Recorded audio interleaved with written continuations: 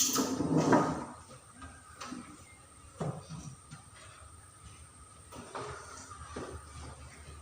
mungkin kita kelas bisa menyiapkan teman-teman terlebih dahulu. Bersiap. Jadi salam. Assalamualaikum warahmatullahi wabarakatuh. Waalaikumsalam. Yuk. Pak, Boleh memulai pembelajaran. Bila kita berdoa sesuai agama dan pekerjaan masing-masing. Berdoa dimulai. amin. Berdoa selesai. Baik, ini sebelum kita belajar mungkin bila ada listi bisa mengisi yang kosong di depan.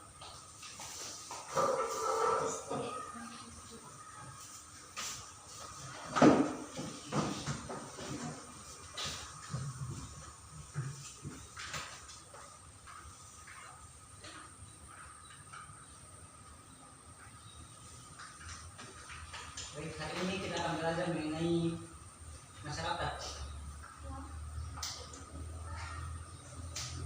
Adapun kompetensi dasar yang harus kita pelajari yaitu mengetahui pengetahuan dasar sosiologi sebagai ilmu sosial yang digunakan dalam mengkaji dan mempelajari tentang masyarakat.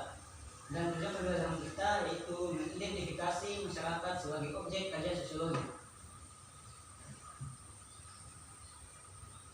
Dalam pembelajaran kali ini kita akan melakukan metode edukasi dan diskusi. Jadi sebelum kita keluar untuk melakukan wisata, saya ingin membaginya ke dalam dua kelompok terlebih dahulu. Baik, Pak. Untuk kelompok pertama, untuk yang berada di sebelah kiri saya yaitu bahasanya Ihsan dan Husnul, dan juga Bila silakan gabung di kelompoknya Ihsan. Yang kelompok kedua yang berada di sebelah kanan saya, bahasanya Clara dan Mardan. Ya, Pak. Baik, Pak.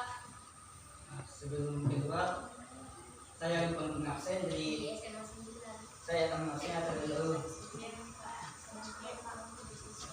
Husnul Khotiba, Hadir, Pak. Muhammad Isndia, Adel, Nurul Istiqomah, Siap. Hadir. Nur Fadila Idam, Hadir, Pak. Nur Fadila, Hadir, Pak. Kristina Clara, Hadir, Pak. Rizky Amalia, Hadir, Pak. Abdul Asadin Bapak Jadi, Hadir Pak. Ray Wahyuni, Hadir, Pak. Haidir Ali, Hadir Pak. dan hadir dari apa yang kita cari di dalam edukasi kita adalah tentang permasalahan yang ada dalam masyarakat. Silakan untuk keluar dari kelas, sabar. Iya, Pak. Silakan keluar dari kelas dan mencari masalah apa saja yang dapat kalian temukan. Tapi ingat, materi dan tiga kelompok tidak boleh sama. Baik, Pak. Oke, silakan.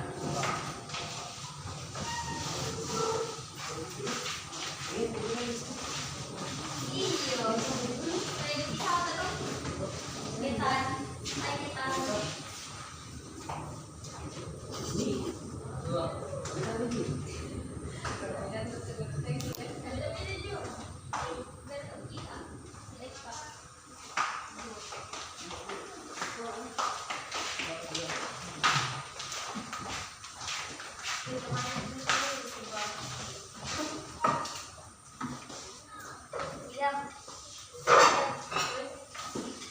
Pak, bisa izin dulu ke toilet.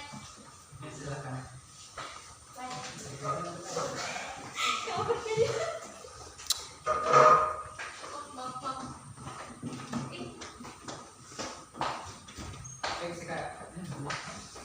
Baik, sekarang silakan duduk dengan teman kelompoknya masing-masing. Coba.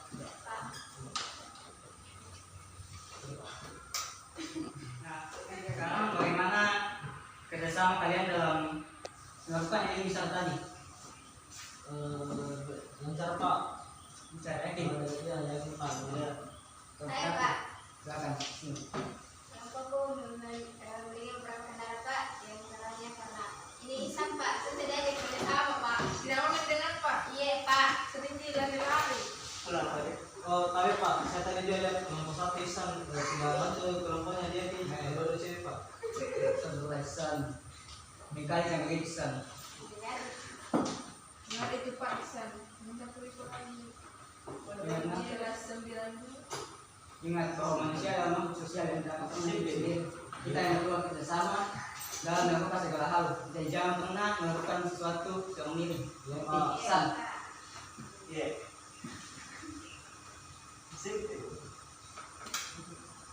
Lalu bagaimana dengan informasi yang kalian dapatkan? Apakah sudah lengkap sebelum? Belum, Pak. Belum. Kalau begitu saya berkesempatan lagi, silakan cari informasi tambahan melalui media apapun itu, buku, internet ataupun. Silakan, saya beri waktu sekitar 15 menitan. Iya, Pak. Silakan. Pak. Apa materinya sudah lengkap? Sudah, Pak. Kalau begitu mungkin perwakilan setiap kelompok dapat naik mempresentasikan informasi yang dimilikinya. Iya, Pak. Kelompok mana yang ingin terlebih dahulu? Kelompok 1, Pak. Oh, itu kelompok 1 sudah naik.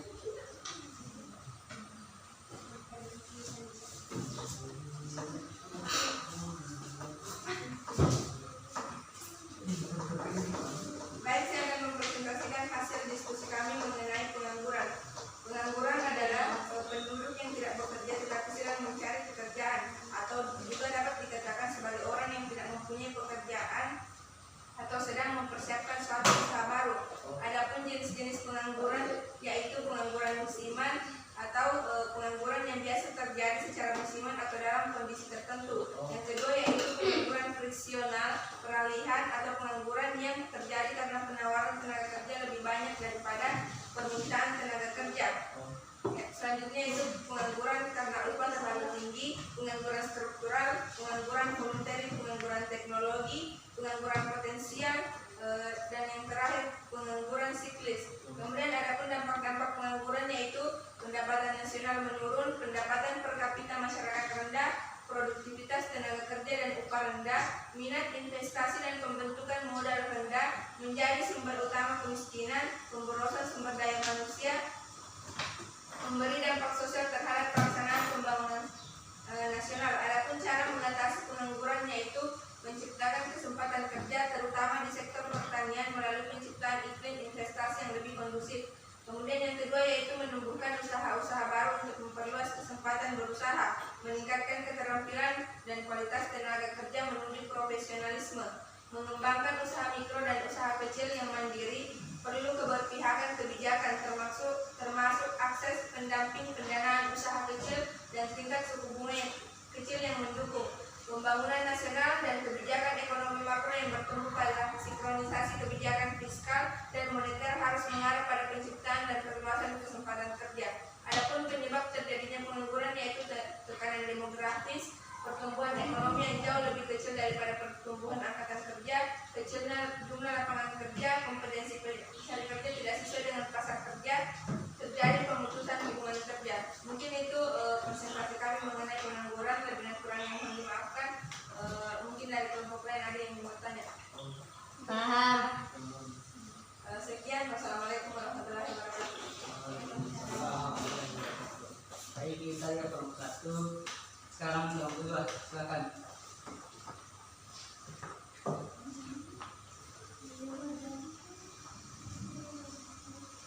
Terima kasih atas kesempatan yang tadi berikan saya. Saya akan menjelaskan adapun fakta-fakta yang kami dapatkan dari penelitian wisata. Itu yang kami dapatkan kesenjangan sosial yang ada pada lingkungan sekitar sangat terasa.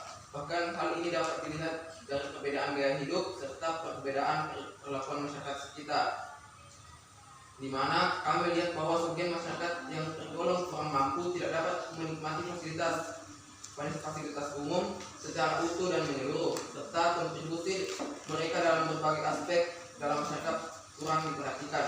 Sedangkan masyarakat yang tergolong berkecukupan dan memiliki status tinggi di masyarakat lebih mendapat perhatian dan kesempatan dalam berkontribusi bagi kehidupan masyarakat. Itulah tadi hasil diskusi dari kelompok kami. Mungkin teman-teman ada yang bertanya.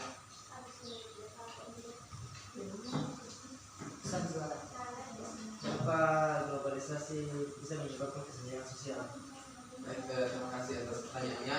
Jadi langsung saja saya jawab bahwa karena globalisasi yang membawa kemajuan bagi masyarakat dunia juga memberikan peningkatan di bidang ekonomi. Kesenjangan sosial ekonomi tersebut lahir saat sebagian masyarakat di dalamnya tidak mampu beradaptasi dan tidak mampu memanfaatkan adanya globalisasi yang ada di secara baik, sehingga kemampuan adaptasi yang buruk serta kurang mumpuninya sumber daya manusia suatu wilayah menyebabkan timbulnya kesenjangan sosial dalam masyarakat karena perbedaan status sosial dan ekonomi tersebut. Bagaimana Ustaz? Kalau itu silahkan dulu.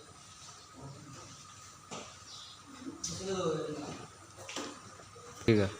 Nah, tadi presentasi dari tiga kelompok. Mungkin di antara kalian ada yang dapat menyimpulkan seperti apa, menyimpulkan informasi dari kedua kelompok tersebut. Nah, kebetulan ada yang dapat menyimpulkan, maka mungkin saya sedikit menyimpulkannya. Pengangguran tercipta karena berbagai alasan. Salah satunya itu kurangnya tingkat pendidikan dan malasnya seseorang. Kemudian kesenjangan sosial juga dapat disebabkan karena salah satunya itu adalah pengangguran yang dijelaskan oleh kelompok satu. Pengangguran yang menciptakan kemiskinan juga akan menyebabkan kesenjangan sosial dalam kehidupan bermasyarakat. Mungkin begitu saja untuk sekarang. Nah, sebelum kita keluar dari kelas, saya ingin mengingatkan untuk kedepannya mungkin sebaiknya lebih berkali-kali ketika ada orang yang sedang berbicara, tidak seperti Ihsan yang bahkan ketika orang lain berbicara dia pun menerima di belakang, atau Reski Amalia yang hanya main HP, dan Yuyun yang kurang memperhatikan. Baik Pak. Kalau begitu sebelum kita keluar, saya ingin menampilkan sebuah video terlebih dahulu. Nah, baik. Sekarang silahkan menyimak video ini terlebih dahulu.